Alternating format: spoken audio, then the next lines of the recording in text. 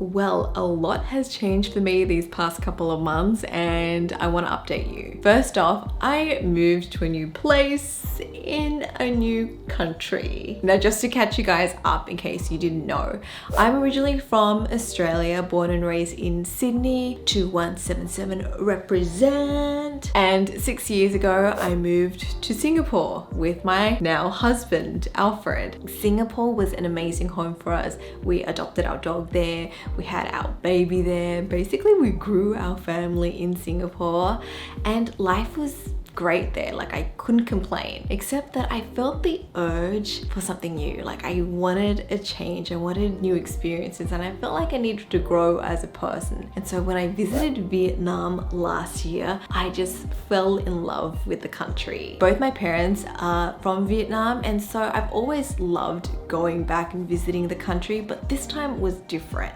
Like, something really drew me here. It's more developed now, so I feel like for me, it's very livable. The food here is great. The hustle and bustle and the vibe of the city is amazing. Not to mention the cost of living was a fraction of the price compared to Singapore, which is another huge reason. Our rent in Singapore had increased by like 40% overnight, which is crazy. So that made me a lot more stressed about work, about earning more, and being a new mum and having a family. It's really hard to choose between work and family. Like, how can you choose, right? Like, family always comes first, and so I didn't want to stress out about money so much. And so that was another huge reason for us to just do something crazy. And so I decided to just move the family to Vietnam. Kind of crazy when I think about it, because my parents fled Vietnam in search of a better life for us in Australia, and then here I am moving my family here. But times have changed. We made the big move at the end of January, so we've been in Vietnam for a couple of months now. We're a little bit more settled and life has been pretty good. I really can't complain. I feel like there's just so much to do and things to see here. And so whenever we can, we've been visiting different parts of Vietnam, and it's been so amazing because we get to just do these like little small travel trips within the country. And then I also feel like I'm getting to know my roots more, and I think my Vietnamese is improving. Lila even picked up some Vietnamese words, and Alfred is taking lessons now. So we are getting serious about improving our Vietnamese. Oh, it's getting dark. Let me just move you because the light is changing. I also feel a huge relief off my shoulders financially because our cost of living is a lot lower now compared to life before in Singapore.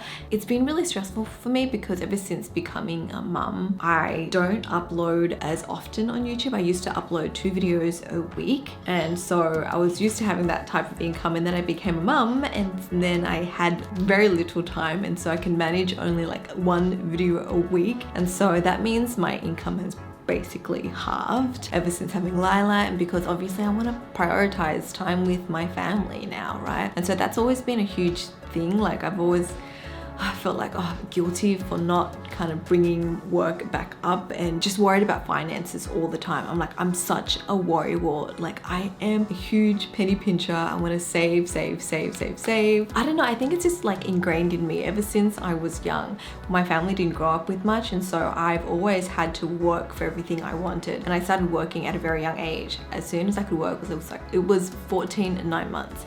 And so I've always just had that in me, and I think my biggest fear is just to have no money and revert to like how I was growing up. And so that's why I just feel the need to save.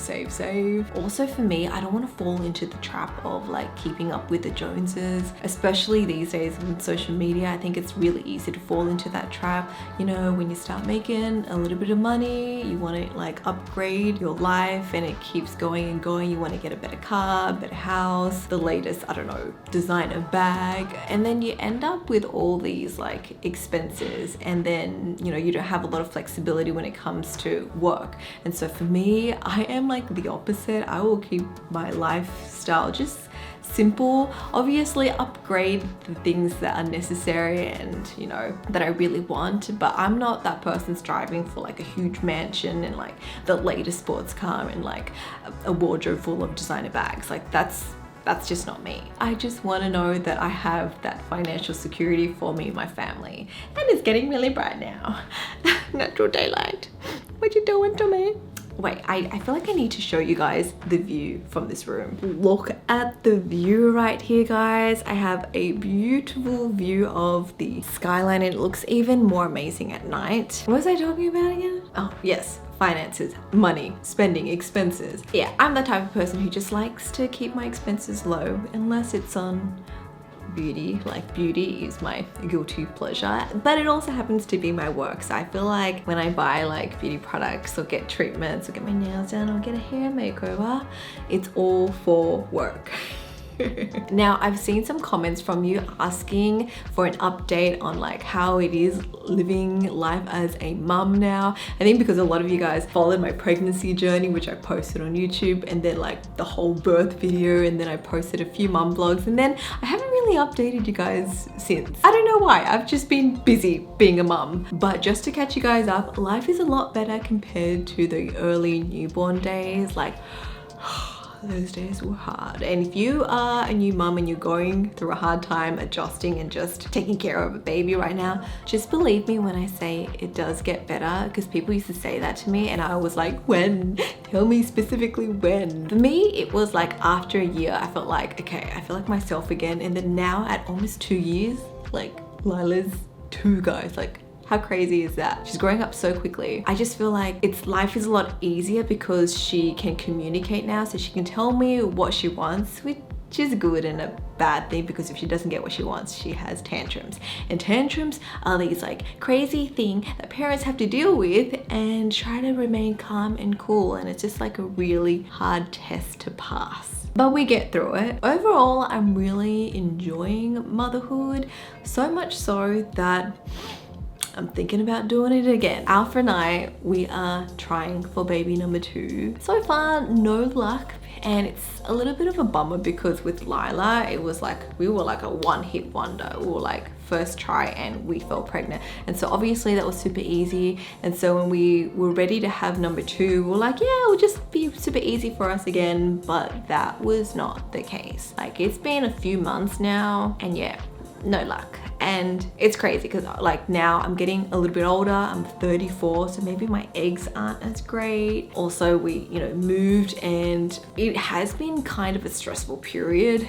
So like earlier this year, I found out that my mum has cancer. She has stage 3 uterine cancer, which is like, it was a huge shock. She was with me in Singapore when she had these symptoms, and my mum's like, how old's mum? Almost 60. She's gone through menopause and she had some postmenopausal bleeding, and that's when I was like, oh, that's not normal. And she was bleeding for a while, like almost a month, and I was like, mum, that is definitely not normal. And you know how like Asian parents are, they just kind of like, oh, it's okay, it's nothing, and you know, they don't want to make a big deal out of it. She was like, I don't want to like trouble you, I don't want to like burden you. And I'm like mum, relax, I'm gonna just take you, go see a specialist, get checked up. And so I took her and the results came back and showing cancer cells. I remember it was really crazy because that day that the doctor called me was the day that we were flying out to Vietnam just to visit my uncle, who was also battling cancer. Unfortunately, he passed away. He was diagnosed with stage 4 cancer. So that day that we were in the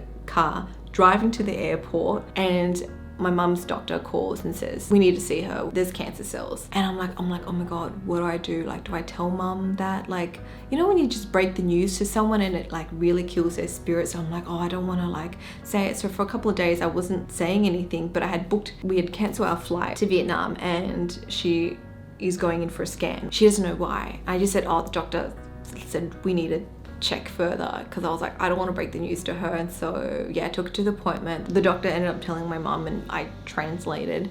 And so she got surgery to remove her uterus, her fallopian tube, ovaries, so she basically removed everything, but she got it done back in Australia. So as soon as we found out, I flew her back to Australia and she was on a waiting list, and within a couple of weeks she had her surgery. At that time they thought it was only stage 2, so they thought maybe if we just have surgery, remove everything, it would be okay. But then they found out that the cancer had spread elsewhere and there was cancer cells still left in her body. And yeah, She's gonna start chemotherapy and radiation in a couple of weeks, which means I'm gonna go back to Australia for I don't know how long, for a couple of months, just to take care of her and just to be with her while she goes through chemo. So that has been a huge like smack in the face for me and like just my whole family, because before this year I didn't really know anyone who had cancer, and then my uncle had cancer and he passed away like within like a month and a half of being diagnosed. And so I saw him deteriorate, and then now mom has it and it went from stage 2 to stage 3, and I'm just like like trying to be positive, but like deep down I'm like panicking. I'm like trying to keep my cool around my mom when I video call her, but like sometimes I'm just like I just want to break down. Ooh, didn't think I would get teary right now. I'm trying not to because I did my makeup and I don't want to ruin it. Somehow this turned into a therapy session. Anyways, I'm positive. I'm like just want to focus on helping her to just recover and just go through this and just like kick cancer in the butt. Anyways, I didn't mean to be like a little bit of a Debbie Downer. I usually like try to keep my videos so like upbeat and happy, because I know a lot of you guys watch me like at the end of your day and you just want to be entertained and just like, I don't know, just have someone to connect with, like, you know, like a big sister. I'm pretty sure I'm older than most of you. Nowadays I get young girls coming up to me saying, oh, I used to watch you in high school, and I'm just like, man, I am an OG. Like that was 10 years. Actually, I think I've been on YouTube for like almost 11 years now, and I think I'm kind of like going through a low-key midlife crisis, at least like just in my head. I just feel like, what am I gonna do for the rest of my life? Am I gonna be a YouTuber for the rest of my life? Or at least for the next 10 years? And I don't know. I think it's just also like how I view I should be as a mum as well. And then like now, like I built a whole career on YouTube, and I'm like, where is that leading me? So I've just been pondering and questioning myself a lot. Just like, what's the next thing for me? Like I don't know. I honestly don't know. I think I'll always be creating some sort of content because I enjoy being creative. I enjoy making videos. But yeah, that is a little quick catch up just to keep you guys up to speed with what's happening. And I think I can hear Lila. She probably is awake now from her nap, so I need to wrap up. But yeah, thank you guys so much for just like listening, because it has been literally a therapy session. I feel like a lot better now. But yeah, let me know how you guys are doing. If you guys want to keep watching my videos, click the video on screen and do me a huge favor, subscribe to my channel so I can keep bringing you new videos each week. I'll speak to you guys next time. Bye.